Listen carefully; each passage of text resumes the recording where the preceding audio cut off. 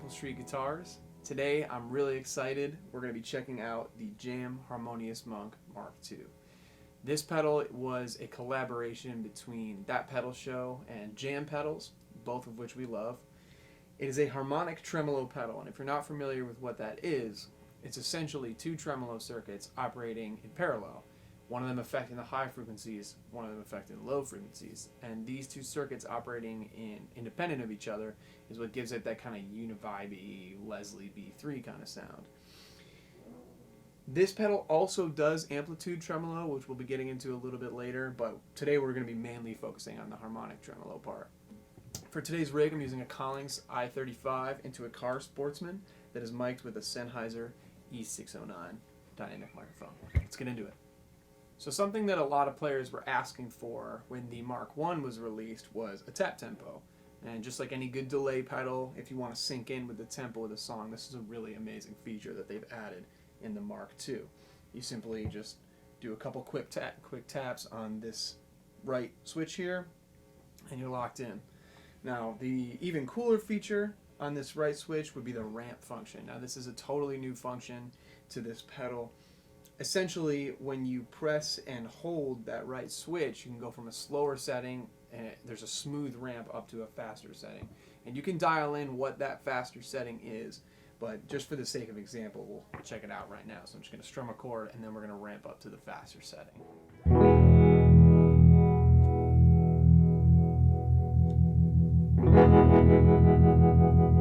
And then we can ramp back down as well.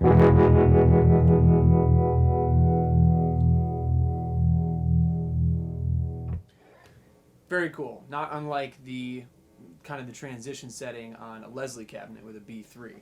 And a lot of folks believe that the magic happens when those speeds are changing, not necessarily at one or the other. So this pedal kind of gives you that option. Really cool for song transitions and lifting a chorus or anything like that. If you're really familiar with the Mark I and you want to kind of have a little bit of that vibe with this pedal does offer legacy mode, which essentially means you have your on-off switch on the left, and then your right switch just acts, there's no ramp function, it just is slow speed, you tap it, becomes a fast speed. And that fast speed can be 2 times the slow speed, or it can be 1.5 times. It's kind of a dotted eighth note kind of thing. Which is really cool for someone like me. I'm very familiar with the Harmonious Mark I. So that's a nice feature to kind of ease someone into this if they're more familiar with the Mark I. To get into this feature, all you do is you hold these two switches until both of these lights will blink, and then you're in legacy mode, and same to get out of it. Another really cool feature that they've added in the Mark II is a new waveform. So we have our square wave and our sine wave, pretty typical tremolo waveforms. They've added a reverse sawtooth, which is essentially a sharp chop at the beginning and then a smooth transition down. So I'm going to set it in that setting real quick, and then we'll check out what that sounds like. And I'm going to turn the mix and the depth pretty high just to get a good feel for it. So here it is in the slow setting. We're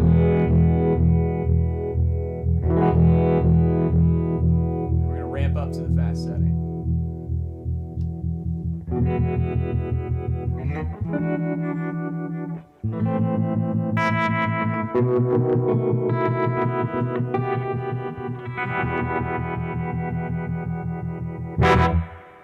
So pretty cool. It's obviously kind of in between a square wave and a sine wave.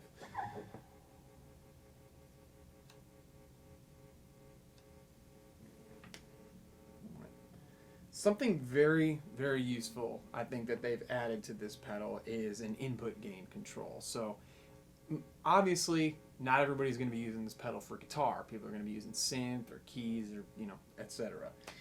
If you open up the pedal, there is an input gain control, so you can kind of adjust how hard your signal is going to be hitting the pedal, so you can really get the most out of the pedal.